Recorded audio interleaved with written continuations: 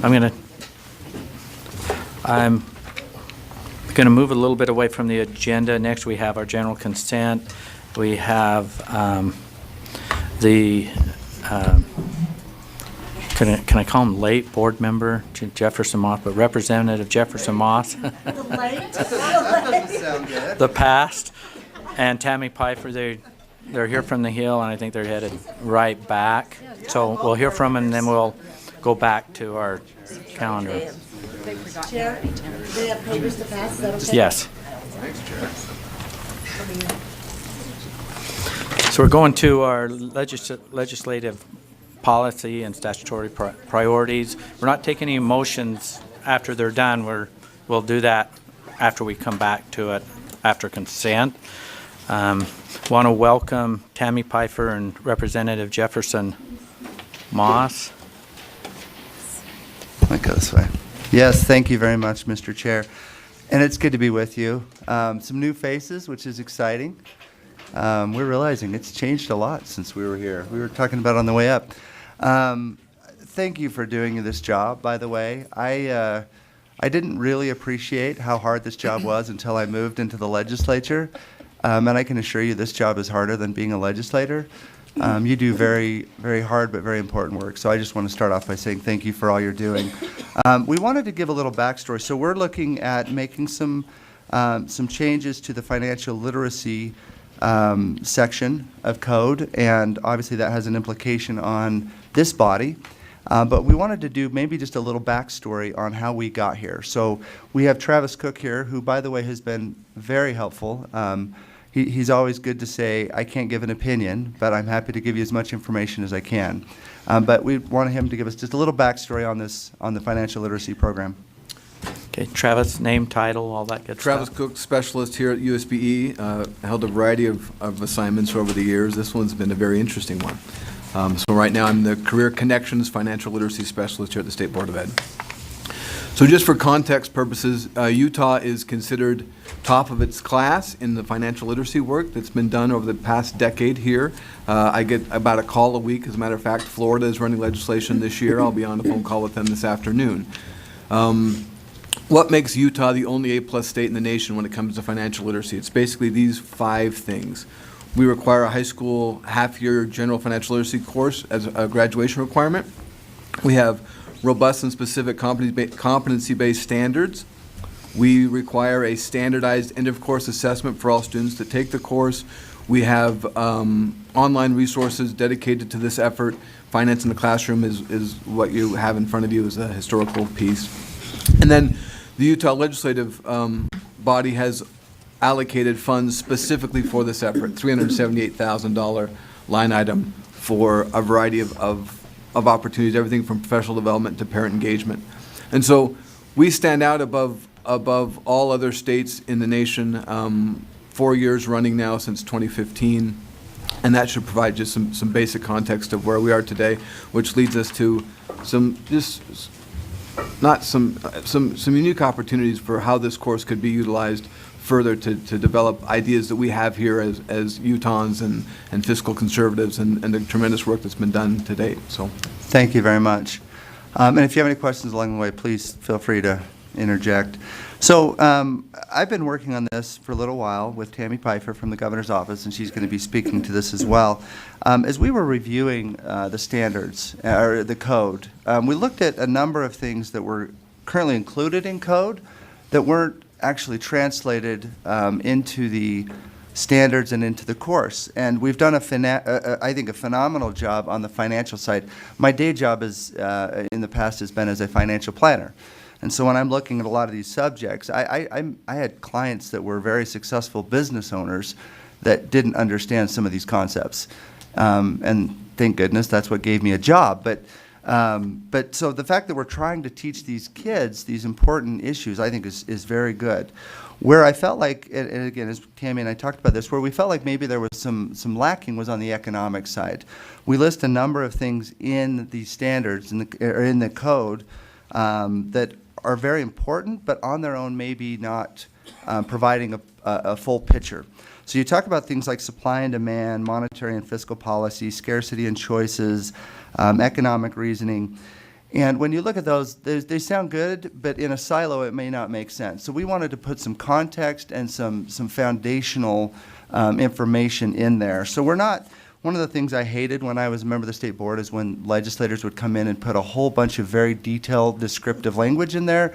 We are making this as simple as we can to basically say we want these students to have, as part of this course, a very basic understanding of the different economic systems. So you talk about a command system, which is more central planning, socialism or communism, a market system where we talk about the free market system, capitalism, and then a mixed system. So understanding those very basic concepts. And then secondly, which I think is very critical, is how does that work? What's the impact? Right? We have a lot of good, both current and historic examples of countries that have adopted these different systems. What's been the impact, right? As some have gone from one system to another, what has been the impact? And so that's one piece of it that we think is important that we add in there. Some of the others, and Tammy's going to go into a little detail on this, but some of the others that we're looking at is the passport. And maybe I can have Travis speak to that. But in discussions we've found, and part of the audit with Auditor Dougal was, we're really not using that. Do we really need that to be mandated in code? So Travis, do you want to speak to that? Yeah, the passport was a very lofty objective, and the concept was that we would be tracking students' economic development from grades, from K to 12. I think the dilemma has been, and this has been a 10-year effort, and I've only been involved part-time for a couple years, is A, it's not being utilized, and B, the idea of being able to track that with some sort of fidelity is a huge ask. I got some bids in the marketplace of what that would require, and we were in the millions, just at the starter conversation. So what's unique about the sunsetting of that language is that the obligation will continue. You'll notice that the integration of these concepts and opportunities will continue K-12. We have economic standards in all social studies courses K through 12. There's a variety of touch points that happen. I think we're very lucky in Utah, and lots of states ask, why is Utah standing out in all these areas when it comes to fiscal policy? And I think it's the compounding interest of all of these opportunities. We have junior achievement that does a 5th grade engagement. They have due and 8th grade engagement. We have other entities, banks, locals, others, doing really good work all across the K-12 continuum. All of that leads to really good decision-making by our students. It's the aggregate work that I think is critical. So in conversations with this bill writing team, we were comfortable with the idea that the obligation of the tracking of the passport would be sunset, but the integration of these concepts would continue, and that you'll see that continue in statute as well. Thank you. And then the one last piece, we just added in as we talk about higher education, we added in the financial benefits of pursuing concurrent enrollment. I think a lot of our students aren't really aware that that's an opportunity and how that could save them money. So we just added that piece as well to that. But I want to turn it over. So that's the high level, but I want to turn it over to Tammy Pfeiffer to talk a little bit further on. Do you want to take questions after Tammy, or? Yeah, maybe after Okay. Tammy. That'd be All great. right. Thank you for having us here, and I echo what Representative Moss said about the work that you do, having been there with Jefferson. It's really important work and very, very difficult work, so thank you for what you do. A lot has been happening through the leadership of the State Board of Education over the last several years when it comes to civic education, economic education, and financial literacy. As Travis pointed out, Utah is the only state in the nation that's been rated an A+ for financial literacy, and only 4 other states even have an A. So we're doing some really great things. Some of the concerns that have come our way as the governor gets out and speaks to students both in public education and higher education is that some of the terminology that we learned in high school, some of the definitions of what free market systems are, what socialism is, what Marxism is, what capitalism is, some of those definitions have shifted and drifted over time to the younger generation, millennials in particular, aren't coming from the same background, or they're not speaking the same language. And so when we see a lot of articles in the paper about democratic socialism, and I'll talk to young people and say, what do you think that is? Well, it's not socialism. That's not socialism at all. It's XYZ. And it's like, well, actually, that's not what it is. Well, capitalism is bad. okay, what about free market systems? Free market systems are good.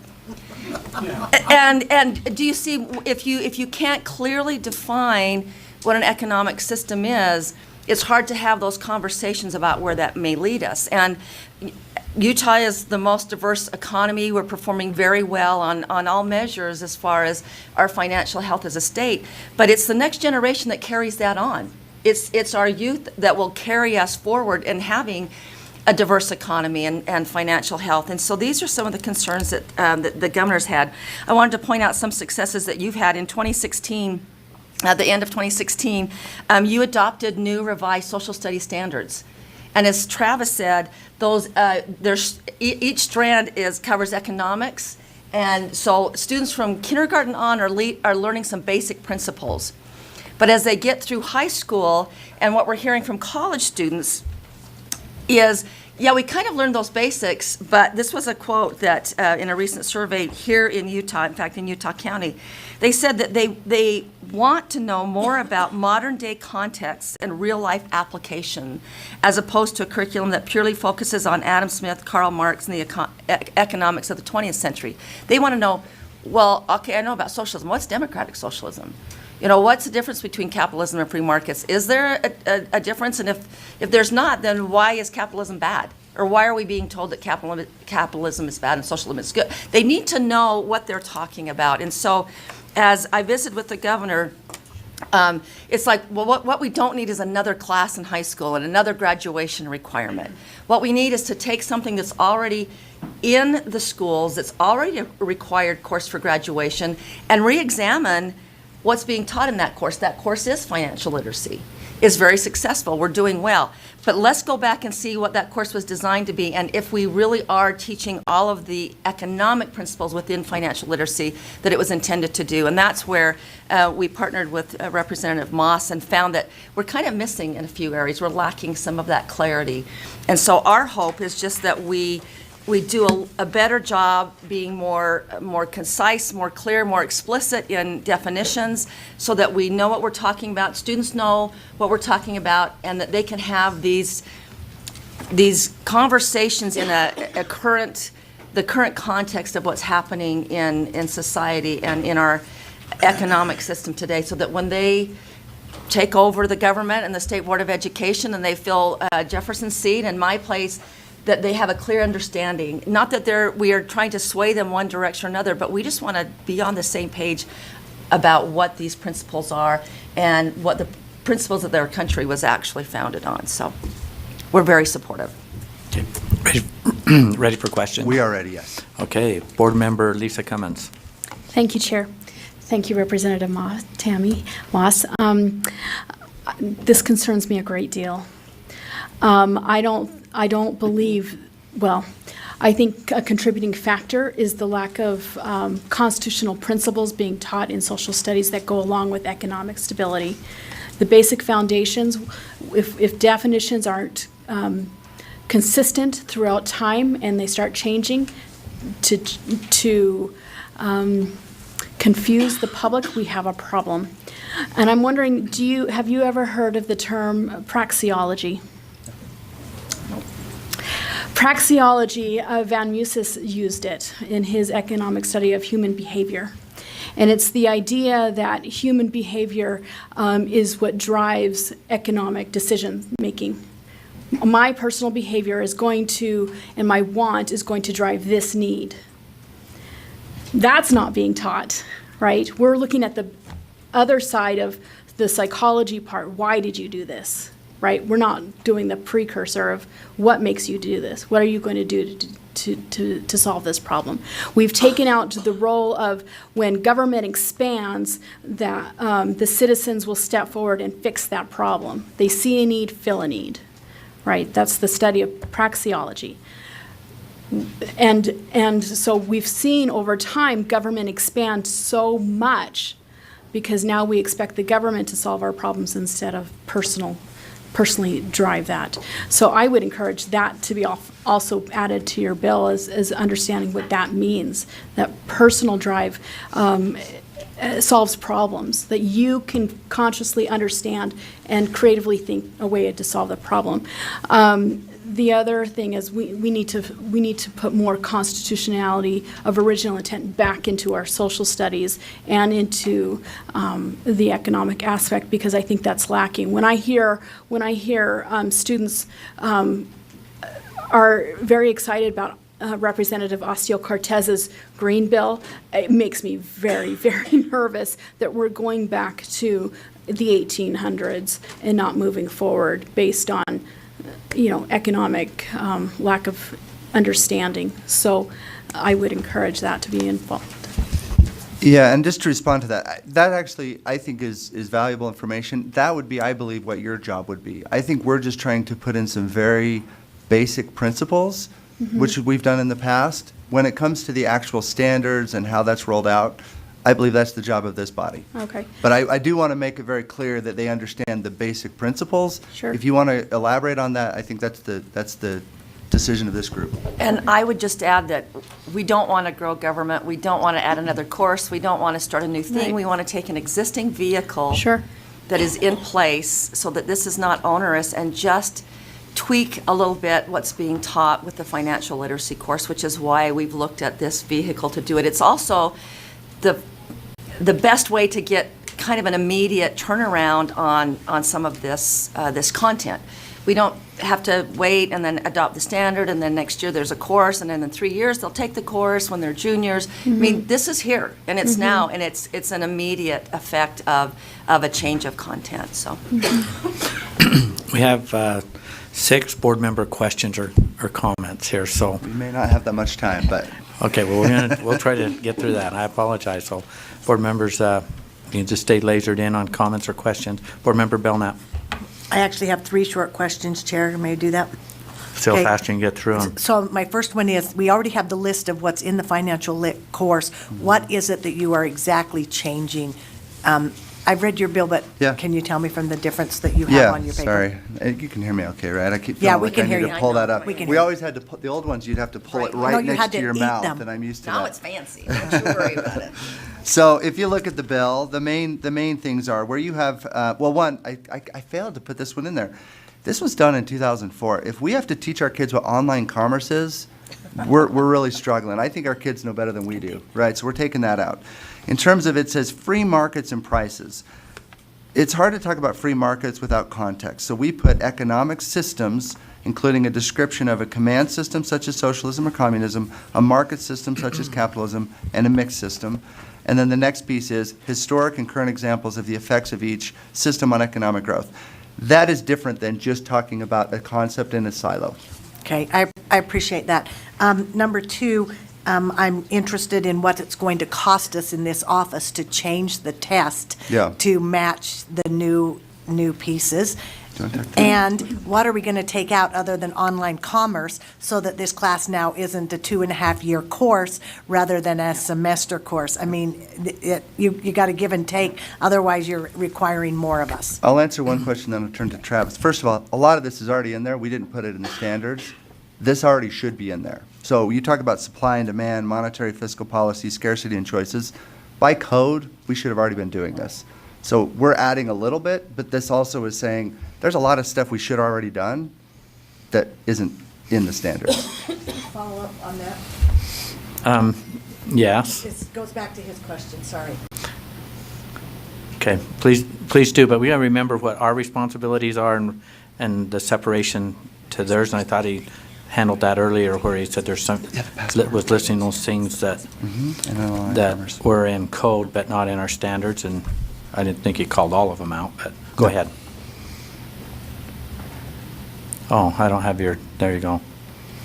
Jim, are you open to other things being taken out of code so that we have more flexibility to readjust in the financial section if we could combine those? I and have would a be happy discussion to on that? hear any feedback Thank on you. this. I actually came here first before we took it to committee so that I could have this discussion, absolutely. And then Travis did you want to add into that? Just the timing is good. The RFP for the current end-of-course assessment sunsets January 1, 2020. The task force has been meeting to address those issues based on the auditor's response and the auditor's report. So we're in good shape there. Thank you. So you may see an adjustment of a couple of standards within strands, but other than that, status quo.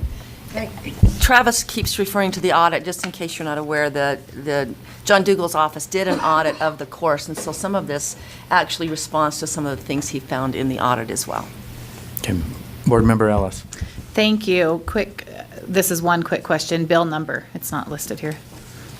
It might be on. 286. People expect that I know these off the top of my head. They'll come up, I know. I'm mad about this bill, and I'm like, what bill is that? Yeah, 286, House Right. Bill 286. No, I feel you. I get text, you support this bill, and I don't know what they're talking about. Yeah. Okay, based on the bill numbers. So my question is, and we can discuss this further offline, but when we were talking about these three economic systems that you mentioned, this hybrid model, the capitalism model, sometimes I don't feel like we're honest with ourselves on what type of system we're actually currently living under, because we believe we live under a capitalistic system, but it's become more of a hybrid model. And so I just hope that we can create something in there to make sure that we are really honest with the students about how we're actually practicing, because there's a lot of crony capitalism that happens through government and private industry. And I also like the civic education. Like, I think they're of utmost extreme importance, but I have this big hesitation of putting it all into law because it's really difficult to put things into law and then expect that they're going to be rolled out with the viewpoint, and I hate the word fidelity, but I'm going to use it here, that you're envisioning, because it leaves here, goes there, and then when it gets out into the field, it's often up for so much interpretation. So if you could, as we're developing standards and stuff, help us to make sure that, as much input as we can get to make sure things are narrowly focused so that, you can take socialism out there and teach that concept, but it could still be interpreted as this is the best system.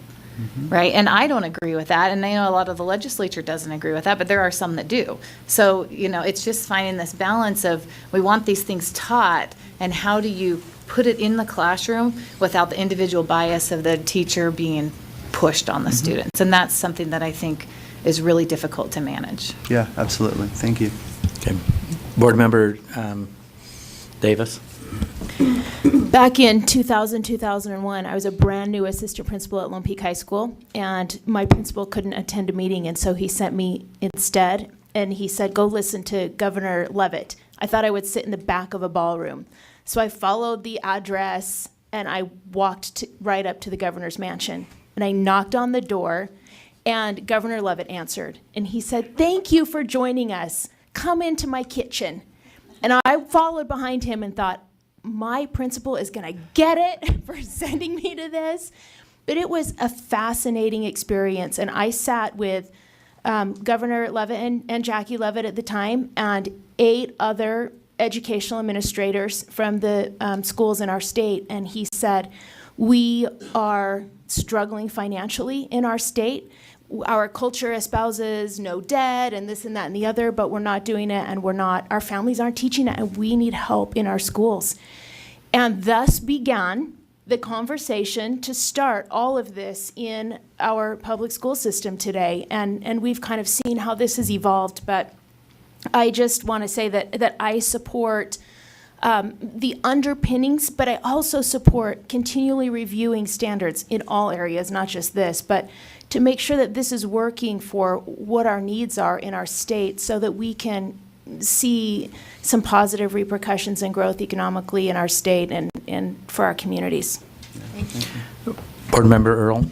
I'll try to be quick. On line 128, it states, the costs of going to college, so this is under the state board shall administer, this is the curriculum element, if I'm understanding this right. The cost of going to college, student loans, scholarships, and the free application for federal student aid. Is this part of the financial lit, or is this part of something else? It is. What you're seeing there is some of this language was in the graduation core requirement statute. It's now being aligned with the financial and economic literacy statute. So it was there in 2014. It's in the strands and standards for financial literacy. It's taught now. Okay, so the application part of this that I'm maybe concerned about is, do our students have debt that are coming out of college? Which is a yes, right? So we're actually the lowest the lowest debt-to-student ratio in the nation. Okay, and we pay lower for tuition here, correct? Okay, so, but my concern is I just came out of an innovative technology or education thing. We're advertising free application for federal student aid. Most of our federal debt, the college debt comes from that free application. So I'm just trying to understand the real life practice of this is we're advertising this, we're putting this out there, but at the same time, this is actually the process for the debt. So if you leave this in here, does that make sense? We're filling out these applications, we're getting loans from the government, we're going to college, we're having this excessive loan when we're done. I just want to make sure we're having in here something about the accountability element to that. That may be free to fill out, you may qualify, but then it's easy money to get into school. So I don't know, do you see what I'm saying? I do know that at the universities, and I had to go through this process, you have to sit down and go through a module saying, if you take out a loan, this is what it means, and here's how much your repayment would be, this is how long it will take you to pay. And I believe every university requires students have to go through that training before they take out a student loan. And so that is happening now. So is that deterring loans or increasing payment back? Yeah, that's what I'm saying though, is because it almost is. It's meant to deter inappropriate amounts of student loans that could not be paid back based on what the student's circumstances or maybe their major. And I could get you a report from the universities on how that's being implemented, but I do know that they are required to do that in financial aid offices. So do you see what I'm saying? There's a little bit of conflict there because we're saying we're teaching you financial literacy, we're giving you this free application, and there's only one person that really can give you the loans, which happens to be government. So, and private industry realizes this is a huge risk, so a lot of them don't even go into this. So anyways. Sure, and I appreciate the concern. I actually work in higher education, so I understand where you're coming from. I do want to add that actually is just language that's been deleted in another section. It's just moved up. So we're not actually just adding this in. This is language, if you go down to line 176, that's language that was just moved. So if we're going to open up a section of code, they look at it and say, could we write this a little more concisely or a better flow? So that's why that change is in there. But we do actually make sure it's clear, the cost of going to college. Part of that is understanding there's a cost. You're going to have to pay this back. When you take out these loans, we talk about interest. We talk about all these other factors. When you look at doing something like that, you look at it more now, is that worth the investment, right? And so we're hoping that does give a little bit more context so as they consider, should I go into higher education? Well, this is how much it's going to cost me. This is going to be the long-term effect. But I appreciate the comment. Board Member Scott Nielsen. Yes, thank you guys for coming down. Tammy, Jefferson, thanks for coming down. We're doing great in financial lit. But we can do better. And so I really wanted to, I don't have any questions, but as you can see, the things that are going on in society, I teach high school. And there are so many that are leaving schools without understanding the fundamental principles that you're requiring. And I think it's wonderful that they need to understand those. So thank you for coming down there, because this is something that we're starting to see in society that hasn't been addressed. And so I look at this because I see these kids every day, and then they go out and whatever sense of entitlement or whatever it is. And so it's not being taught in the home. And if it's addressed in schools, I think it'll be an economic boon for us as opposed to an economic liability. So I thank you for coming, and I'm very supportive of what you're attempting to do here. So thank you. Okay. Board Member Janet Cannon, and then we have Yes. Sean, you're on that. I'd like to address this question to Travis. So last night in our Standards and Assessment Committee, we received a list of all of the standards that are up for the revision process, and financial literacy isn't on there.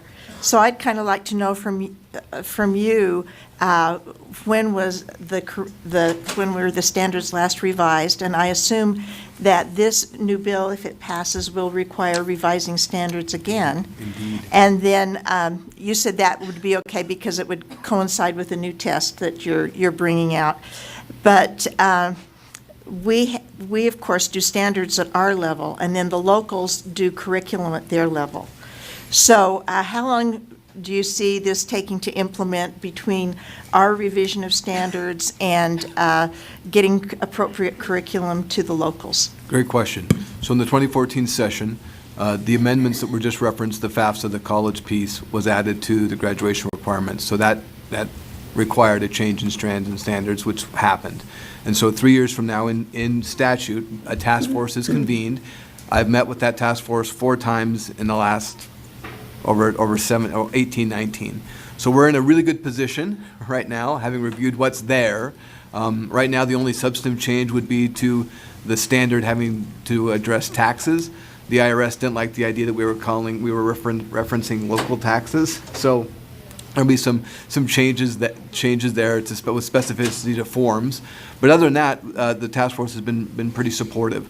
So what we would probably anticipate here would be 2 standards changes in the 4 existing strands, which isn't a heavy lift, after this session for that task force. And to your point, last board meeting in committee, we brought and made sure that we had the task force obligation, the assessment review obligation codified in board rule to make sure there's alignment there, because that hadn't been done to date.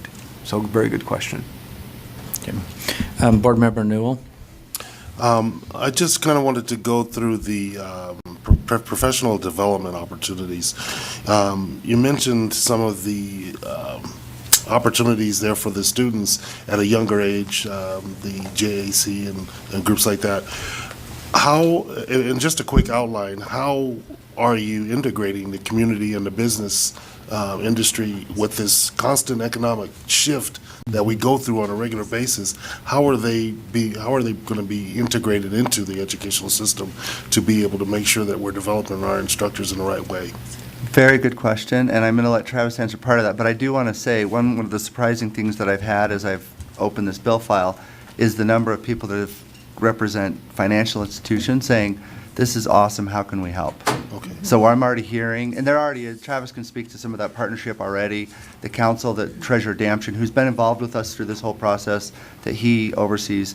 But yeah, it's been actually really exciting to hear all the positive, how can we help you? Great. But Travis, do you want to speak to the partnership? Great question. So the Utah Council on Financial and Economic Education is a statutory council that Treasurer Damchen chairs.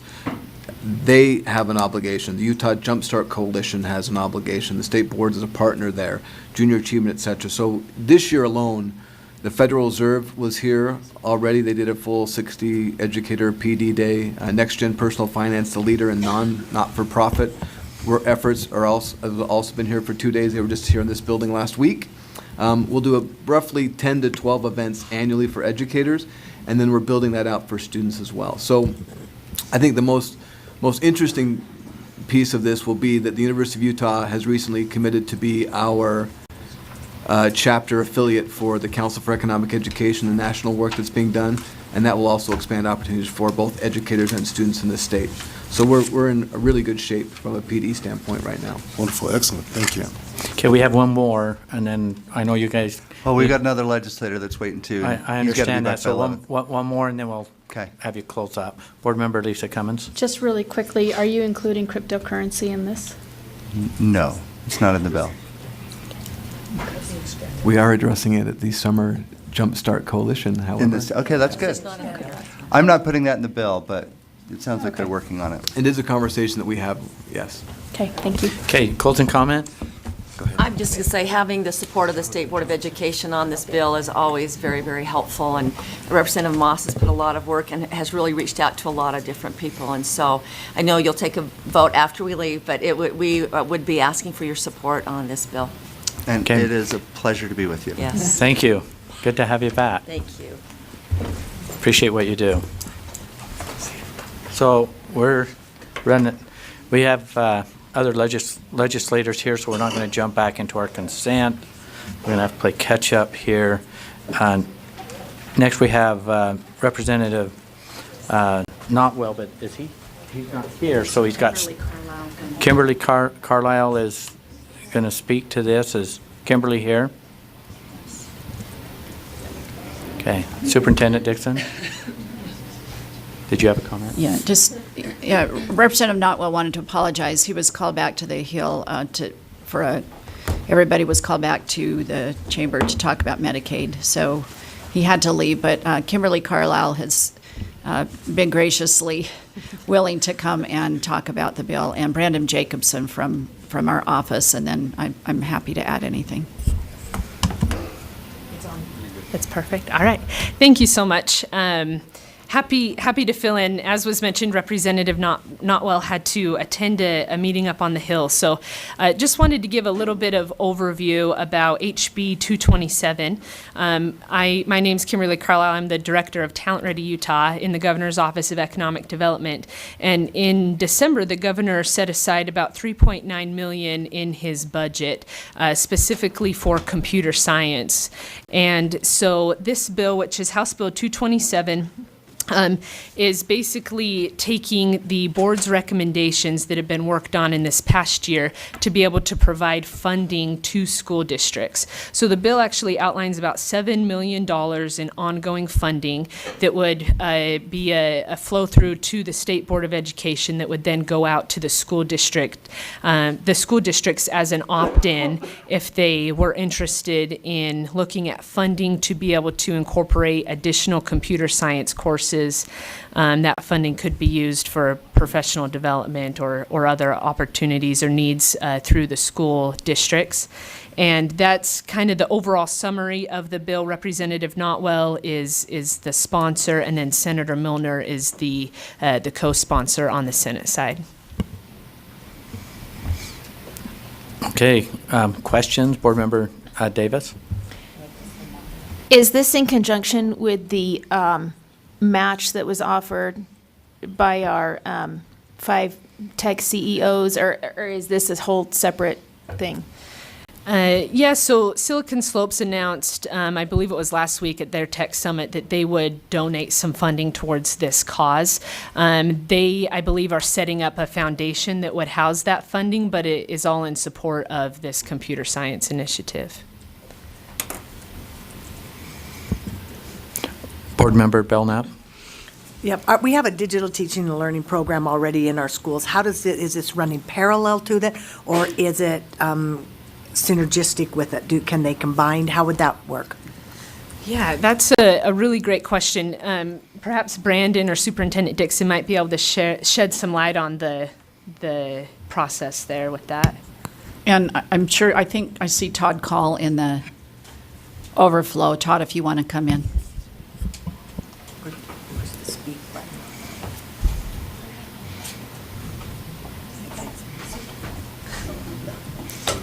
So it'll be Todd or Brandon or both? Yeah, I'll start off. When we identified the framework, the computer science framework, and when we met as a computer science task force here with in Utah, the Utah State Board of Education. Oh, I always forget. My name is Brandon Jacobson. I work in the CTE department upstairs. So anyway, when we identified the framework with everybody, and there was a few board members, Board Member Cannon, Board Member Hanson joined us on that, and also Board Member Cummings. And I believe there may have been 1 or 2 others that participated with the framework. When we identified that framework, or not the framework, but the 6 recommendations, we posted the framework. We've been working with digital teaching and learning. We've been collaborating a couple meetings that have been established, and they support pretty evenly. The digital teaching and learning is to provide skills to teachers to be able to be relevant in the classroom with technology, and being able to use that technology very effectively and innovatively. So now the computer science framework and these standards, and something that if this bill goes through and it provides funding, would just add to the student side of that capacity. So that's, go ahead. Yeah, Todd Call, Digital Teaching and Learning Coordinator here for the State Board of Education, and I echo the same comments from Brandon. We've met a couple of times and talked about how we might be able to partner together as we go forward with digital teaching and learning. Many of you have seen the applications and the plans that LEAs submit as part of digital teaching and learning, which are very robust and cover 53 different elements. And so we've started having conversations of where we might be able to incorporate the framework that as LEAs are preparing their application, that they can reference the framework and begin implementing what they're doing or what they're already planning in alignment with these efforts with computer science. Do you have a follow-up? I do. It's a $7 million ongoing project. Where's that money going to come from? Is it going to be a grant program? Is it going to run out of this building, and do we have money or an FTE to run that from here? So those are all really great questions. I'll answer to the best of my knowledge. Brandon, feel free to jump in, or Superintendent. From what I understand, it is 7 million, but it's actually 7.15 for the ad. She's looking at the bill, and she says it's 10. Give them a little update. Oh. While you're answering that, there's a substitute. Right, yes. So there is, from what I understand, a substitute on the table that would actually drop the funding to 7 million ongoing. But in addition to the 7 million, when I say 7 million, that's what would be allocated out to the school districts, but there'd be 150,000 fiscal note that would come to the State Board of Education for administering the grant. And so those funds would flow through the State Board of Education through a grant process that would then go out to the school districts. Okay, so Chair, I don't feel like I got my Restate your question then. My first question answered, is that we have a digital teaching and learning application process that's a grant process, and now we're going to add this one, or can it be one process moving out? Do we? I still don't have the answer to that.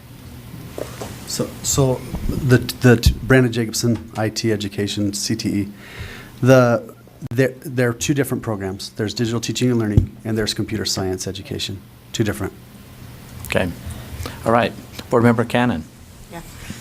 I had noticed the same discrepancy on the amount of money, so that was going to be part of my question. But also, you're doing this in a grant program.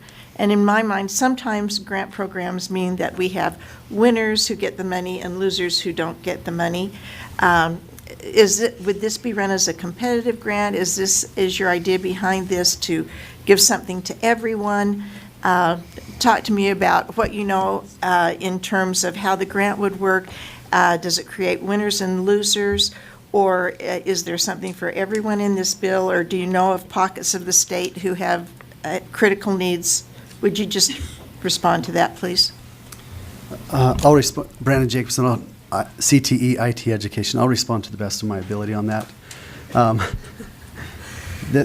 As we've been, at any time that we did this, our 6 recommendations, we identified areas of need, of high need, pockets within Utah that they don't have computer science teachers, or they don't offer computer science, or they don't offer a wide range of computer science.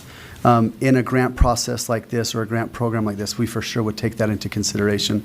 At the same time, it would seem a little unfair to, at least from some of the conversation from the stakeholders of that computer science task force, to not reward those who have been innovative and who have been applying their own local economy monies to build their own computer science. So we will take into consideration those areas that don't have access to it because of location, rural and remote areas, as well as those areas that need a boost or need a kickstart for them. So it would be part of a process that I believe, if the grant money is coming to us, that we, when I say we, Utah State Board of Education, would get to have a really good say on what that grant program would look like. So my understanding is that process is in our court, not on the grant side of who the winners are, or who's eligible and et cetera. Is that correct, or is it in the? That's how I understand the from reading the bill. Okay. Superintendent? Yeah, thank you, Mr. Chair. So I want to try to loop in Board Member Belknap's concerns with your question, if I may, Board Member Cannon. So digital teaching and learning has been, I think, a really powerful and successful program, and it's something that we worked very hard to support schools in moving forward with proper use of technology. It's everything from instructional practices to security to providing skills for teachers. And as I've traveled around the state, I've been able to see some great practices that have been implemented through digital teaching and learning. This is sort of an add-on to that, where we've had a large push from industry that's been very visible and very prolific amongst our community for a long time, to say we have an industry where we're short computer engineers, and we don't want to import engineers from not only out of state but out of country. And what are we doing in our schools to teach students computer coding? And we've talked about that before in this board. So this is that add-on now of not that coding isn't going on, because I've seen it happening, but really being able to prepare teachers. Brandon and his staff have done, oh, you have a huge staff, don't you, Brandon? A staff of one. Brandon and Ashley have done a really great job of working with content teachers, like math teachers, English language arts teachers, elementary teachers, in helping them learn coding skills. And they have to have that foundation through digital teaching and learning, really, in order to embrace being able to take that one step further and not be afraid of coding. So this would be an effort then to expand support for professional development and other opportunities so that it can expand where schools want it to expand. And again, it's opt-in. There, in our office, we have programs that are competitive grants and qualifying grants. Digital teaching and learning is a qualifying grant. This would be really similar. The board would have a role in that. The bill calls for an FTE, and the board would approve the applications. And then Talent Ready Utah, which I have a seat at that on your behalf, the technical colleges, higher ed, a couple of members from industry, GoEd, and Kimberly runs this program. I can tell you that the system that they use, that this would be modeled after, is really effective and efficient, and it's sort of a quasi-competitive qualifying, but they really look at rural and remote, and those that both have some infrastructure in place and those that have needs. So the conversation around some of these other applications, another program, it's workplace readiness, it has really been able to bind industry and schools together and doing some really creative and wonderful things. So looking at that model has excited me about this same opportunity, because the board would have a great role in it, in being able to have those applications come here through you that you would approve and then send on to Talent Ready Utah, where that board then would also look at them and approve them. And I think it's just a good opportunity for our teachers to layer on to what they've learned in digital teaching and learning, if they so choose to add that in their schools. Board Member Davis.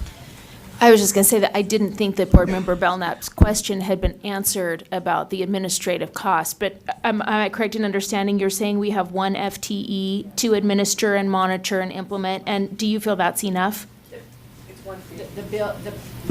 The bill has $150,000 that would come to us for admin costs, so that's the cost of one FTE, and they would work in concert with CTE and teaching and learning, so there would be a team of support around it, and their job would be to help take in the applications, put information out. But again, we've got Talent Ready Utah at the table and others, so we're not doing it in isolation. So one FTE should do it. Board Member Lear. And my question's simpler. I'm just wondering, I hate to turn down money. Never want to discourage anybody who's trying to get money for education. On the other hand, I'm wondering, this feels a little contrived. Could the money come in a grant program just directly to the USBE to then administer? And help me understand why it's important to have this sort of additional step of Talent Ready Utah? Is it just people want their stamp on it? Is it, I feel like we're talking around this issue between what Laura asked and what Cindy just said, and then the superintendent, who's usually cuts right to the point, I felt like I didn't quite get an exact answer on that. So I can maybe help to answer that. The Talent Ready Utah Board has a lot of different stakeholders that have been really involved in this initiative with computer science. So Superintendent Dixon mentioned the State Board of Education, but in addition to that, we have our technical colleges and higher ed represented there. We also have industry representation and representation from the governor's office, as well as the Department of Workforce Services and others who have been very supportive of this type of grant process. So that helps to make them as a part of the team and supportive of this. And so that was, when it was written into the governor's budget, it was tied to the Talent Ready Utah Board. And so they have had some meetings in concert with what we've been working on with the CTE folks and Brandon Jacobson. Short follow-up. Can turn your mic back on. I'm sorry. So So what you're saying is they would not be satisfied just being the screening committee for the USBE for a grant program that they would give us money for. That's not what they want, to be more independent, in which just seems like I said, I can't give up the money, but it seems unnecessary layering of responsibility. And when the state board's responsible for this kind of a program, I think. I don't believe it was one of our asks, but it started someplace and it evolved and ended up here, which I am glad it's here and not somewhere else. And so I'm glad, as people saw the need or wanted to do something as this bill was being sponsored, that it ended up landing here, which is, so thank you for that, but it is where it is. It is what it is, and it's headed this particular direction. Board Member Belknap. Sorry, I have one more follow-up because Carol just triggered something in my head. So tell me where $7 million is coming from, because I don't believe it's coming from all donations, and I think it comes from education money. Correct me if I'm wrong, Superintendent, I believe it's coming from the education fund. Is that correct? Yeah, it is. Yeah. So, can I speak to that a little bit? Mm-hmm. Yeah, so this links back to Member Davis's comment. This was an ask from the governor's office, and it was coming out of general funds initially. So that's why it was all landing in Talent Ready Utah, where we would just have a seat at the table. The minute it shifted to education funds, on your behalf, Kimberly can attest to this, I just asserted myself on your behalf to say if it's education funds, it really should be here. So that's how it ended up here. But Talent Ready, because it's initiated with Go Ed and Talent Ready, I mean, I personally believe they should play a big role in it because you have industry at the table, higher ed, UTech, and it's a seamless effort to engage some of our students in not only just being computer engineers, but coding is something that applies to all different pathways. So that's kind of how we negotiated these terms. And industry, if I might just postscript, sorry, and industry was an announcement that was made at an event, and we can't count on that. I mean, that's $5 million that was just sort of stated on a stage, and they're working towards that, but that's not guaranteed funding, and we're not even sure, it's not a part of the bill in any way. It's just a goodwill effort from industry. Okay, I'm not saying any other questions or comments. Kimberly, did you want to follow up with anything? I appreciate you being here. No, just thank you for your support, and we're really excited to continue to work on this. So thank you for letting me come and present today. Okay, thank you. Okay, next we have Representative Ballard is not. Okay. I didn't know if it was on or off. Okay. I think that concludes all those that asked to be present regarding legislative policy. We might as well stay in this section and finish this out, so I want to invite Deputy Superintendent Angie Stallings up. Our time has gotten away from us again. Maybe we need to have 3 days of meetings, or we can start earlier. No? What, 5 a.m., 4 a.m.? Some. I'm not. Okay. Thank you. I want to remind you, this is your board meeting, and so we need to get through our agenda, but, okay, Angie. Thank you, Chair. So there, as you may have noticed yesterday, we had a list, and Jeff, I don't know if you could pull board docs up and get the list of bills that we had prepared to present to you. Obviously, we are not going to present 26 bills to you all right now, but there are a couple of bills that I would recommend that we quickly, if you'd like, summarize, because they are two things that the board either asked for or have has prioritized.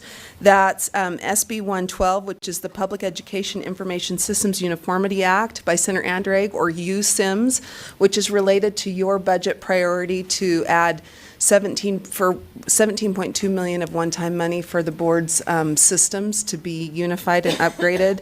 And then I also just wanted to quickly remind you of HB 250, which is school fee revisions by Representative Lisenby, as it was related to your school fees task force's work. And if you'd like, we could review those two bills, Chair, or would you like to take action only? I'm Okay, hang on happy one. to do. Okay, I've got some board members that want to dive in. Board Member Ellis, Oh, sorry. your light is on. Sorry, I apologize. I just have a request, and I just don't want to make it lose my mind. Yesterday and today, on the agenda, it's not telling us which bills you plan to prepare for, and if there was any way possible that because then we could read those bills, if you know which ones you're going to talk about ahead of time. That is what this list is here. And I know, but that's every bill. But we do it in order. So for me, the first one I would talk about is the first one on the list, and then Well, descending. We jumped out of order yesterday, so I don't know. Yeah. We actually never presented. I don't know if you, Well, but those were- yesterday, who came, like, if you know ahead of time who's coming to talk Okay. to us, that would just be super helpful, so that I know that I should be reading the financial literacy one. I know I should be reading, please, I'm just begging. Yeah. Okay. Thank you. Sorry. Okay, that's a kind of a request for the future, but we're dealing with where we're at right now, so thank Absolutely. you. We'll do Anyway. that in the future, and I apologize. Yesterday, I thought we would get through at least SB 112, those first top three, and then you'll notice that the next three were the legislators who were going to be presenting today. So that was my intent, but Lorraine, I'd be happy to work with Lorraine on getting maybe a Okay. public agenda with expectations. Before we get into them, maybe we've already got questions or comments, so, and this is their time, and I don't want to leave them hanging. And Board Member Belknap. I'd actually like to make a motion that we give support to SB 112. It's one of our asks. Okay, we have a motion to support SB 112. That's the USIMS. And we have a second. Okay, if your light's on, we're going to discussion to the motion. Board Member Earl. I had a question. So help me just kind of historically fill in the blanks here. So we had the Utah Data Alliance, right? And that information, we were sending information from here to there, correct? That information now is down at Workforce Services, and I can't remember the name of the entity a year ago that was been transporting all that information there. UDRC. Okay, so this is what? This is just. It's different. This is different. Yeah, I understand that, but and then how does it relate to, will this information, is it interoperable? Where's Carol, so she can correct me? Does that go down? Our information collected here will now go down to Workforce Services too? What's the relationship? Great, that is a great question. Thank you, Chair, if you don't mind if I answer. And Deputy Superintendent Jones and Jared Felt are behind me, and feel free to either come to the table or correct me if I'm wrong. But this bill would change nothing with respect to our data sharing with UDRC. Right now, we share data through the UDRC provisions of the code. They're all subject to our student data privacy restrictions and protections. This actually governs our internal systems first, and then second, makes our system interoperable with LEA systems, meaning our districts and charters. So it does not have any kind of connection to being interoperable with other agency systems, which is what UDRC would be. So the way that this would be related is that our systems are going to be more aligned, to be able to speak to each other. They're going to be updated. The security that we have for all the data that we collect will be more secure. This is what this is part of our framework we've been talking about. This is an additional component. This is internal. This is getting our house in order with, like, the mothership. Okay, so does it broaden any of that data sharing information? No, it doesn't Okay, impact that's any fine. data And sharing. then, that's just all that this is. I mean, it's not any more than that. Correct. Correct. So we already, it does not change any reporting requirements, meaning there's no new data coming or new data leaving. It's all about systems being updated and being able to more technical, if that makes sense. It's And the more infrastructure. efficient, robust. Okay. Any other discussion to the motion? Board Member Ellis? Yes, so I have concerns that as we streamline, we make data breaching easier. Can you give me any type of when it's all housed in one spot, how is that more secure to be than a hacker having to go to a million different places?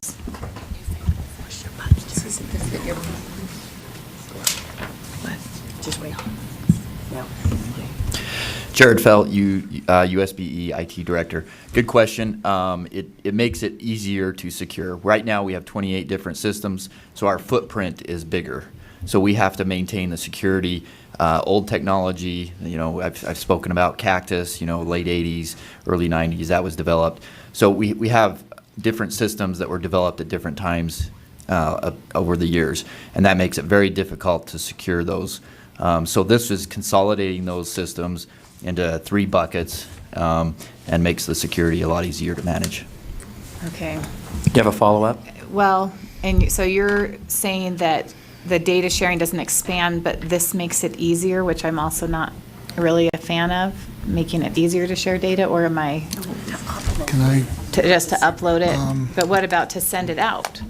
The interoperability. I mean, when I was researching the ERA funds and all the things that really put in place our SLDS systems and all of that, one of the big components was the interoperability and the ability to move data from not just system to system, but state to state. And I that whole thing just alarms me. And so anything that we do to make that more interoperability concerns me greatly. Not because of what we intend to do with it, but because the federal government keeps asking of us. Yeah. Go ahead. Right now, we don't share any data unless it comes through this board. So you would have to approve that before any data is shared. The interoperability part talks about standards, data standards. So we have all those systems that sometimes one system has a different data standard versus another system. So that's standardizing what the data elements are across the board. It builds APIs, which is like that bridge between LEA, SIS systems, financial systems, and their HR systems to allow that data integrity and easier, so you guys get the correct data that you need to make decisions. It doesn't make it. I mean, right now we can, if you approve, the board approves a data sharing, we can still make that happen now, but there's data integrity issues. Does that answer your question? Yeah, I just struggle to believe that we really see every single data request. And like if it's a federal requirement, I mean, it just seems like there's things that, yesterday we were talking about things that we're just taking from parents without their knowledge because it's required somewhere in some law or statute and they don't have any idea this is happening. And anyways, this is just a huge concern of mine. And so I understand the systems function of it and the logical application that is. I mean, I don't really understand it because I'm not you, but I get that. But there's this other element that I just have a huge concern on. I'm struggling to get over that hurdle. Superintendent. Deputy Superintendent of Operations Scott Jones.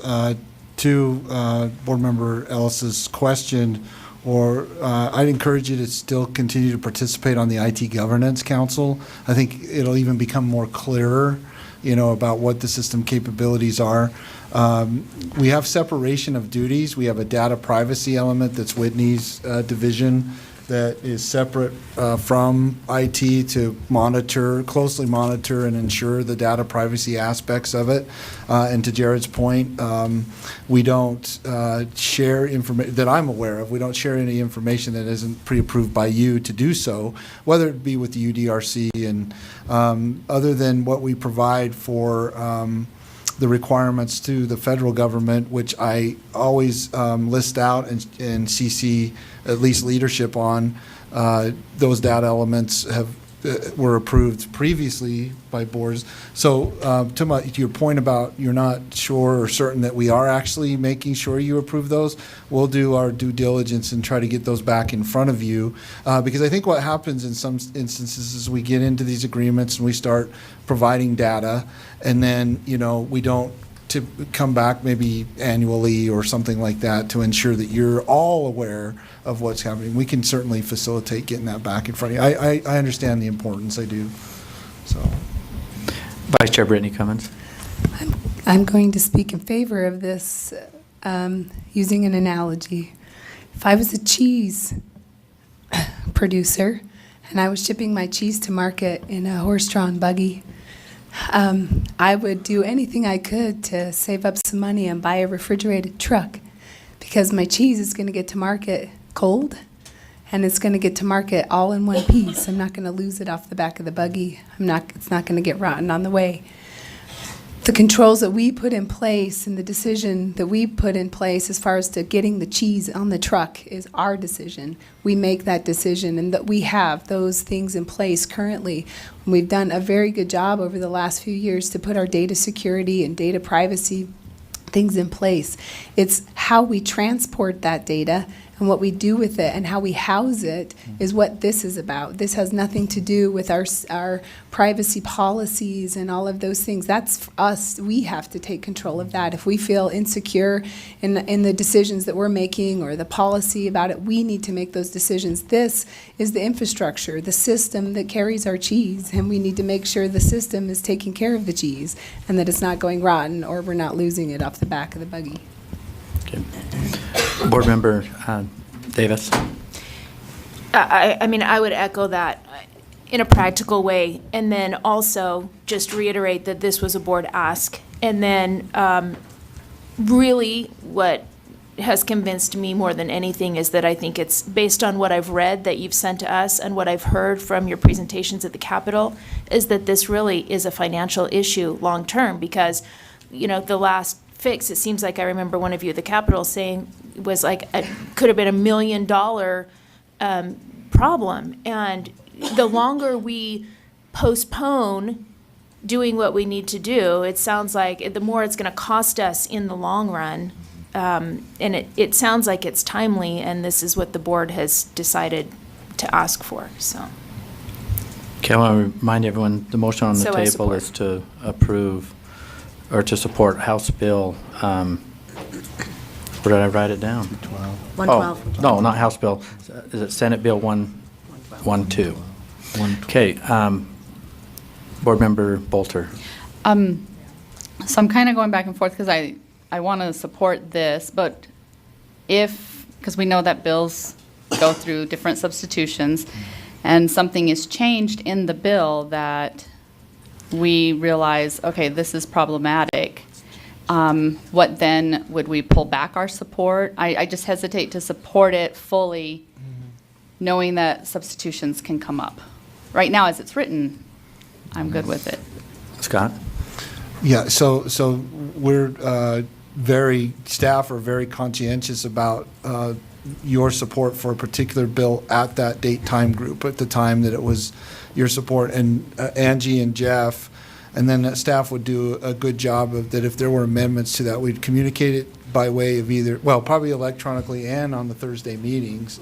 We feel like we have a pretty good and tight process that if there's an amendment, we come back and say, okay, this is what it looked like, here's the amended changes, and now you could always decide later whether to support. Now, that doesn't mean, though, that, sometimes there's amendments to bills that occur like at the 11th hour, right, on, the last night. So, we would do our level best to try to ensure that that got communicated to you.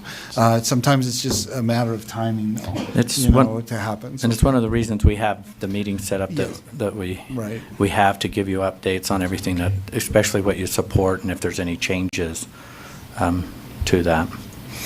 Board Member Ellis? Thank you. I apologize. I have another question that I remembered someone had posed to me online, and so I went back to go see what it was. So one of the questions that someone from the public was wondering about is, will this make it easier to search data that's in the system from the general public? it will, and what type of data would be available? Well, so the answer to the first question is yes. The type of data that's available is up to you. There is some previous legislation, for example, called the student backpack that had, parental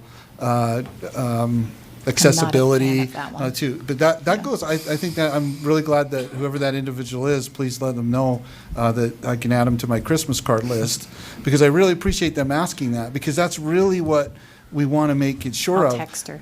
Yeah, but we need to make sure that you as the board are the ones that are telling us what we're allowed to share with whatever parents, higher ed, but this system will facilitate that agility to do that at your direction. I feel very confident and strong about that. Not in the near term, it'll take, 2-3 years to do that, but yes, they would have that ability to access at your Okay, direction. and Is that so fair, Jerry? we could set the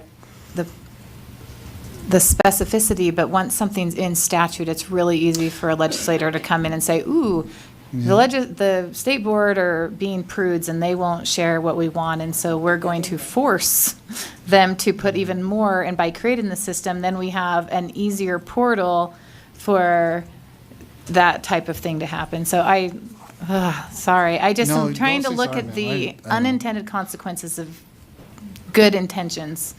Right. And anyway, so that's one of them.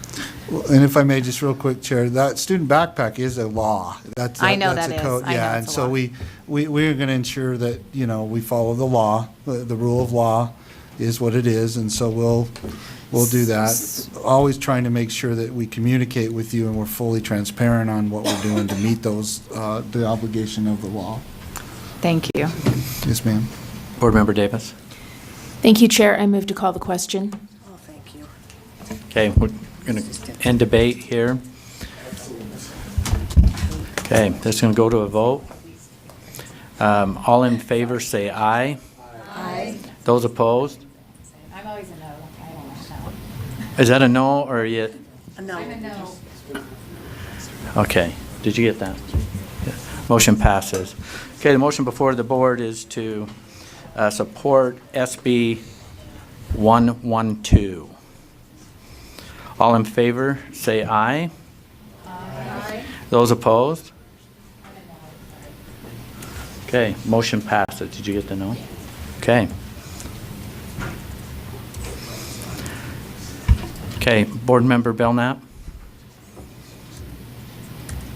Thank you, Chair. I would like to make a motion to show support for HB 250, and if I can speak to that after a second. Okay, we have a motion to support HB 250. Do we have a second? Second. Second. Discussion. You want to speak to the motion? Please. Okay. I feel really confident about this. As we finished our rule, Representative Lisenby has been working with her bill to match our rule and vice versa. She's been very involved, plus she's been part of the task force, plus she's even looking at some of the dates as possibilities that we brought out in our rule. So I feel very confident that we should support this this bill. Thank you. Okay, thank you. Board Member Cannon? Oh, I have another motion, sorry. Okay, Board Member Lear? I was persuaded that this does mirror our rule very well, and that Representative Lisenby has really been receptive to what the rule looks like, which is what I thought was important. But I had asked Angie before, and I think there was one thing that I'm still concerned about, and that is her willingness to delay the implementation of these pieces of the rule, but it's not in here yet. I've got it. Can you send her? Oh, so there is a sub that's coming. Well, it's not public, and she told me I could share it with you, and I forgot to send it to Jeff because his is. But my question is just a simple part of that. Does the sub include that delayed date? Yes, it does. It includes, so So for housekeeping here, would your motion include this substitute? It's not coming in. Or. Oh, sorry. I can tell you. Actually, my motion included that as she changes to match our rule, so it would include the substitute because I've read it. Okay.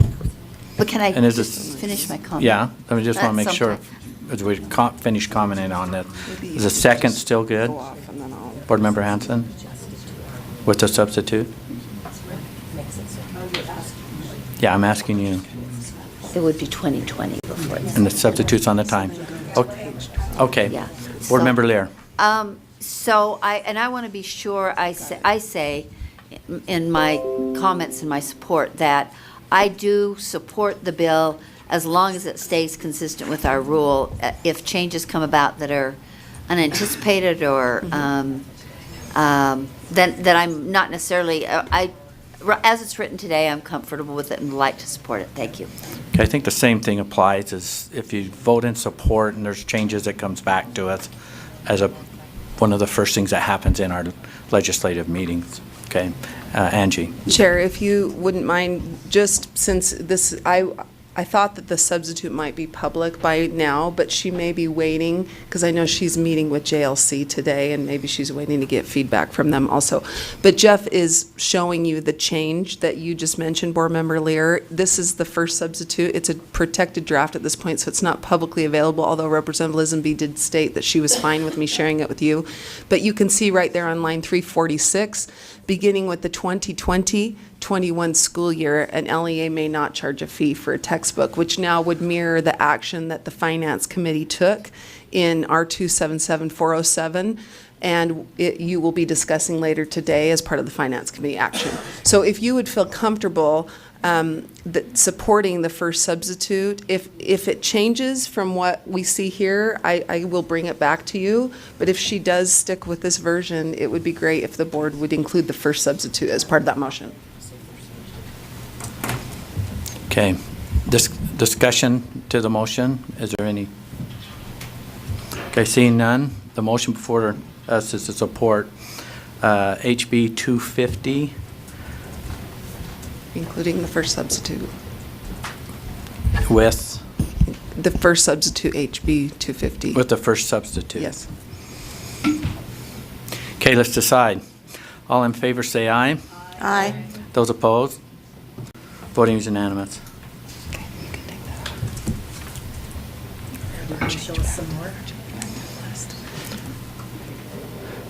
Board Member Cannon? Yes, thank you, Chair. I'd like to make a motion that we support HB 286. These are the amendments to Utah's financial literacy program, and I surely appreciated having two former state board members come and address us, and I would like to have us support the work that they're doing, and they specifically ask that we take a position of support. So that is my motion. We have a motion to support HB 286. We have a second discussion to the motion. Seeing none, let's vote. All in favor say aye.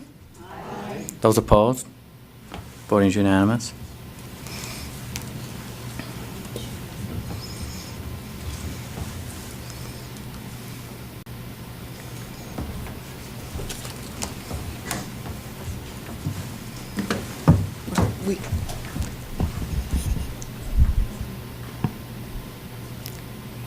Are there any other? We don't. You going to show us some more? We're done. We're not, unless you all would like us to. Are there any others you want to see?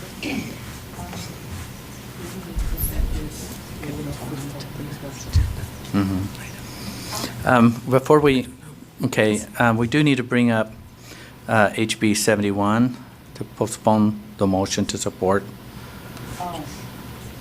for housekeeping. So I guess I could say this as you're crafting your motion. I think I'm safe to say this. I'm looking for a motion to postpone. You don't need a motion, you just say we're addressing the motion that was. That we're addressing? It was already made and we just postponed it. So what? Let's bring it back. Oh, so we're bringing back? Yeah. Oh, yeah, we did that yesterday. Yeah. Okay. We'll bring it back. We still need to bring back HB 71 health education amendments. Remember that was, so I'm going to bring it back at this time. This is from yesterday. That's right. So, do you guys remember that? Okay. So that motion is back on the table. Speaking to that motion, Board Member Hanson? That's what. Sorry, I have another motion, so if you're not Okay. ready for a motion yet. Okay. Well, I just thought I'd dive in because we had that stall, a little bit, or a pause, I should say. Board Member Lear? I wanted to withdraw my motion from yesterday. And it was my motion that was delayed, so I'm assuming I can at least move to withdraw it. I know it's the body's motion now, but. Mhm. You have to withdraw if the body agrees. If the Right. body agrees. So Great. So I'd like I to. have a move motion, that we to withdraw. remove. And a For second. various and sundry reasons. Mostly various, not sundry. but- Okay, I'm not seeing any discussion, so let's vote. All in favor say aye. Aye. Those opposed? Okay, voting's unanimous, so that's done. Okay, I should see some lights coming back on that wanted to take some. Mine's still on. Yours is still on, but our screen's kind of gone dark. So, Welcome to my world. is yours dark too? No. Okay. Linda, Board Member Lear, you're. Oh, sorry. Okay, thank you. Board Member Hanson, Linda Hanson. I would make a motion that we take and oppose, is that a proper one? I usually say support, to HB 242, State Board of Education revisions.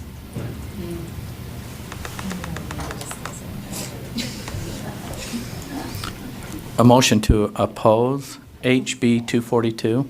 Yes. Okay, do we have a second? Anybody want a second? Oh, second. I second. We have a second. Discussion to the motion. Do you want to speak to your motion? Yeah, if I could, that would be great. I wanted to wait until I saw this. This is the companion to the one that we talked about last week. I wanted to wait until I saw this to decide how I felt about this. I have some real concerns with the way this bill is. It's, my major concern is that it leaves, in the transition, it leaves about half the state without representation for 2 years. And so I just don't think that's acceptable. So that's why I'm asking that we oppose it.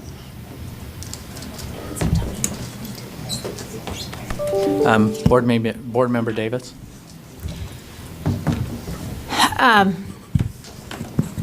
I wanted to wait to see the bill as well. And, you know, in the interim, I just have found it kind of interesting to note that nationally, there are a lot of states that have governor-appointed school boards. Well over 30 have either governor-appointed school boards or a combination of appointees and elected school board members. So it's not that I think it unrealistic. I'm not going to be voting for this, but I would be voting for the motion to oppose at this point. I think I could have supported a combination of appointees and elected board members if it would have meant putting this debate and the lawsuits and the arguments and let's legislate the school board out of existence and just all of it. If it could have been some kind of compromise to put this thing to bed, then I think I could have supported it. But as the law is written here, I cannot support it. So I do support the motion, if that isn't a confusing sentence. Board Member Earl? Yes, just in looking at it, just as Linda has stated, that it's large geographic areas that are represented, and I don't know how the rest of you feel, but I do get information from my constituents consistently. And so, you know, phone calls, not necessarily nightly, but I get information consistently. And so I feel like a representative form is a very good form of you know, running this in the Board of Education. I feel like the feedback that's given and even the ability to run allows that constituency feedback and element. So I am opposed to this. I was even surprised that in running that my area actually was double the size of a Senate seat for, and this just makes that larger, even though it is an appointed seat, it makes that larger, well, it would be the whole state. So it's concerning to go larger instead of smaller so that there is that representation. Board Member Lisa Cummins? Last fall, when I went to the NASB conference, I had a discussion with a board member that had been appointed by a governor, and I won't name the state, but he's told me specifically that the governor had chosen him to, quote, clean up the state school board. To me, that's troubling that a governor would send in someone of his representative to clean up or to organize the board in such a way that the governor has approval, and that's not representative of the people that's on the board, so, or of the constituents. So I am not supportive of this. I don't believe in the idea that we're not being held accountable. I think the turnaround on this board is quite clear, that there is a turnaround, that people are paying attention to the board, and I really appreciate that, so thank you. Lisa, No offense to Sean Newell, which I You're the fully cl- look you're the forward cleaner. to the, but yeah, not at all, not at all. But that was, yes, not at all. So I didn't catch that. I'm so sorry. Any other comment? Any other comment on this? I've had several conversations regarding this, and it puts our board really in a very awkward place. It's like, oh, do you think there's a better way? And it's like, well, everyone went to come on the board the way that they did, and that process. And so as this is playing out, it puts us in an awkward position. Even the position that's being mentioned here is very predictable. Of course, we're going to want to keep things the way we are. We're not going to say we're dysfunctional or anything like that, because this has been the process. There's our Utah Constitution and that. But to speak to this out of a little bit of respect for those that are out there, and I'm not taking any of it personal, and I recommend that you don't either, because some people just think, well, there might be a better way. And if the people think that, because it would go out on a ballot and it would change our Constitution, then the people can make a choice. But that's not why the 15 board members that we have here, nobody thought there should be a better way as they risked and put their name on a ballot and or put their name in the hat to fill a seat. So I don't think I would take it very personable. However, as this rolls out, we also need to be prepared that there's going to be probably a lot of stuff out there, because why would they want to promote a change? And then it might become personable, but I hope it doesn't go that way. So we want to be probably bigger and above the moment, just for the integrity of our board. So I just throw that out there a little bit. Board Member Lear.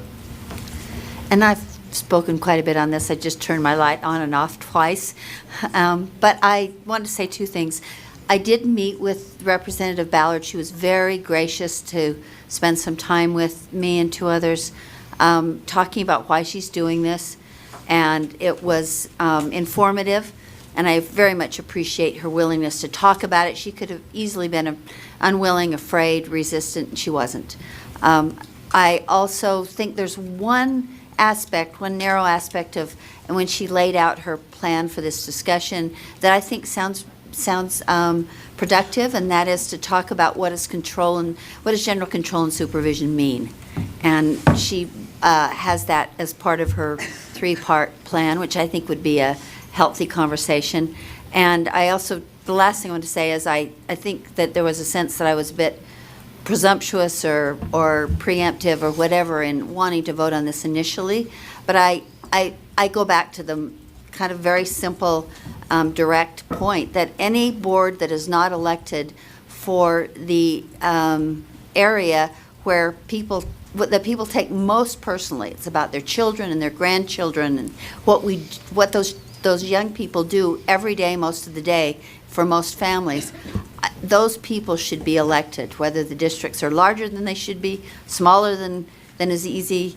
I feel it strongly should be an elected board, and I will defend that in our Constitution for a long time. So thank you for letting me say that. Board Member Hanson? I appreciate Carol's comments about Representative Ballard. She has talked to me extensively as well, and I've sent her these comments. So hopefully she'll look at it and maybe she'll tweak it and maybe it'll come back. I don't know, but I do have concerns. So thank you. Okay. I'm not saying any other comments. The motion before the board is to oppose HB 242. Let's vote on it. All in favor say aye. Aye. Those opposed? No. Okay, will the ayes raise their... this is to oppose the bill, okay? Okay, those that are raising their hand to oppose the bill, this is to oppose, raise your hand. We have Board Member Earl, Board Member Scott Hansen, Board Member Gravitt, Board Member Lear, Board Member Newell, Board Member Hansen, Board Member Davis, Board Member Ellis, Board Member Bolter, Board Member Lisa Cummins, Board Member Janet Cannon. The motion passes. The nays? Board Member Scott Nielsen, Board Member Laura Belknap, Board Member Brittany Cummins. Okay. Next. Angie, did you want to bring up, is there anything moving, any movement?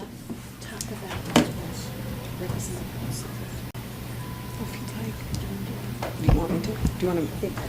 Well, Chair, Board Member Hanson has asked that we cover the, sorry, I'm trying to remember which number it is. HB 237. So, Jeff, do you want to cover that? Just sure. This bill is similar to your rule R277495, which will be discussed later today. So which one are you discussing? House Bill 237. Okay.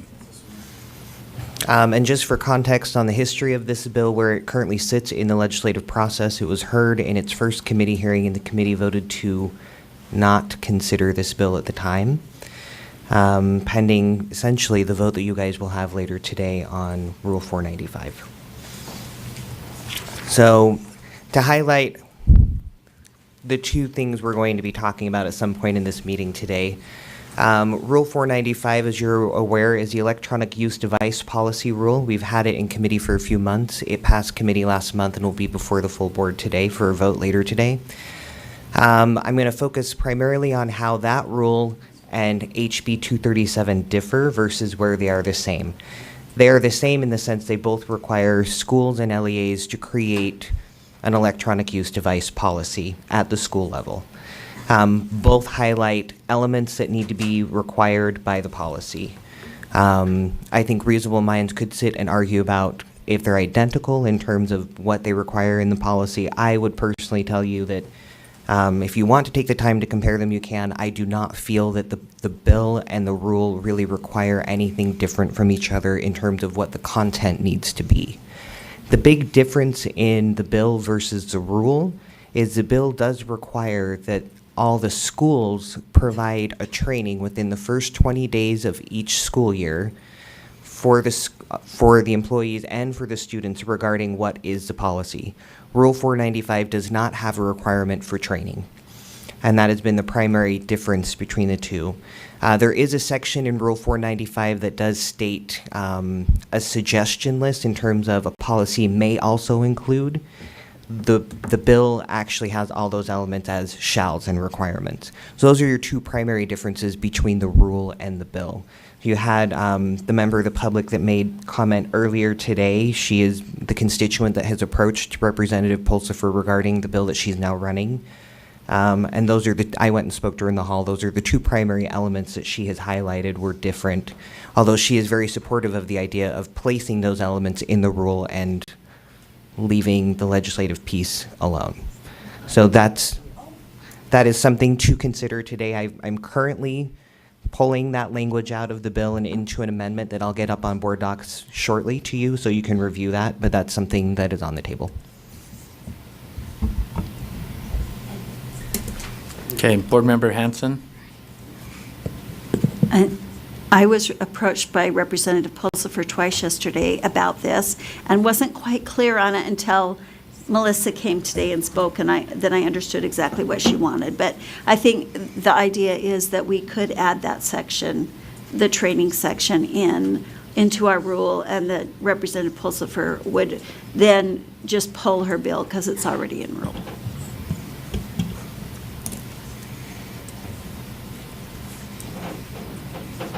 Okay, Board Member Lear. But he talked about, and I just had a question for Jeff and then a short comment. That'd be okay? Yeah. Thanks, Chair. So my question is, you're saying you're preparing an amendment.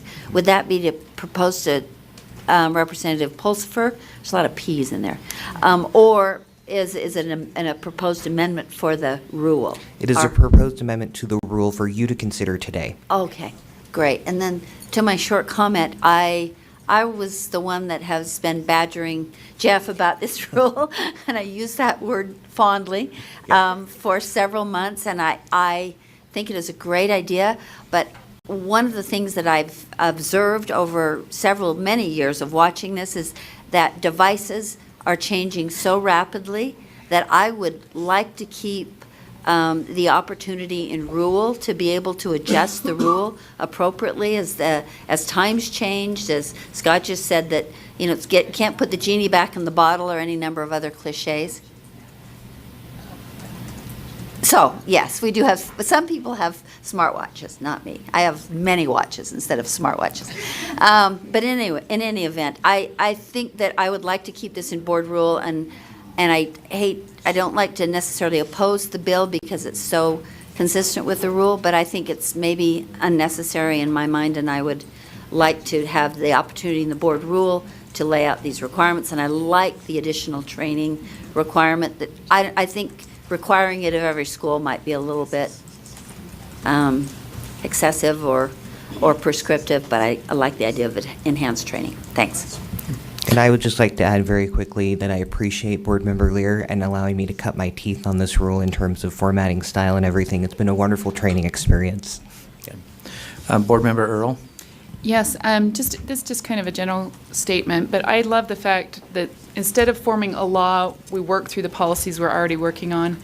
I'd actually talked with Representative Ballard as well about there were a number of bills that have been run this session that probably could have just been alleviated or looked at through coming into communication. And so that may be something we want to address maybe in the future, is how can we better communicate with our legislators, our representatives that way, so we're not duplicating not only time and energy, but also we're coordinating things in such a way that we're not having to run separate bills and stuff. So anyways, I do appreciate the approach to this. I think this is a great idea.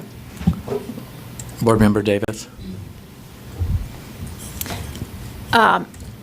Just as a note, both of my personal representative and senator have committed that they won't run anything unless it's approved by the school board. They're sending everybody back to the school board first. So I think all of you talk to your representatives. Speaking about this specifically, I support going through the board rule as opposed to the law. And I think sometimes our laws, the last lines in this bill are so prescriptive. Require that each teacher who allows the use of a personal electronic device in the classroom clearly communicate to parents and students the conditions under which the use of a personal electronic device is allowed. I mean, how do you monitor that from the Capitol? It's just, I think we can do that here, and I would hope that what we do here also leaves some flexibility to the LEA so that they can really determine their policies and how they're going to monitor that. But my question is also this. If we vote to oppose this, would it send a mixed message if so much of this Well, that's what I'm asking. Is it better to We don't just have- not support it than to oppose it? That's my Okay. question. Okay. Board Member Scott Hansen. I have some concerns about the bill as it's written. Looking at line 68, as I read it, it requires that, it says, a personal electronic device we require that it remain out of sight and turned off or placed in silent mode while on school premises, school-sponsored transportation, or at a school-sponsored event. I read that to say kids couldn't have their phones out at a basketball game, football game. I just think that's unenforceable. It puts us in a bad position. If that's the law, that would be, we'd have to instruct school administrators to follow that or give them a method to do that. I don't think that as written, it makes any sense. And if she'll pull this and let us approach it by rule, I think taking no action is the way to go. Board Member Hansen. In Representative Pulsifer's defense, she did talk to several of us and let us know that she was going to run this, but she felt like it needed a little bit more, I can't remember her words exactly, punch, and that's why she wanted to put it in statute first. I think talking to her constituents, and there are some other elements in 495, if you'll remember, that Senator Weiler asked us to add as well. So this is something that they have talked to us a little bit about. So it's not completely new to us. So with the conversation, there is an option that a board member could make a motion that have staff visit her on this and make that statement that we can incorporate the concerns and address those concerns in rule, and then see how that's received, and then we'll be meeting next Thursday. Vice Chair Brittany Cummins. So we'll be hearing the rule later this afternoon from the Standards and Assessment Committee, is that correct? So could we make a motion at that time in regard to that, to, once the rule passes and we know what's in it, to make the request for staff to work with Representative Polson? It could be in that first. motion, yes. Board Member Hansen. I think the conversations have already taken place, and so that the staff has an amendment prepared for today. When we look at 495, so we can look at the amendment at that time and then decide if we want to add the amendment. So. Okay.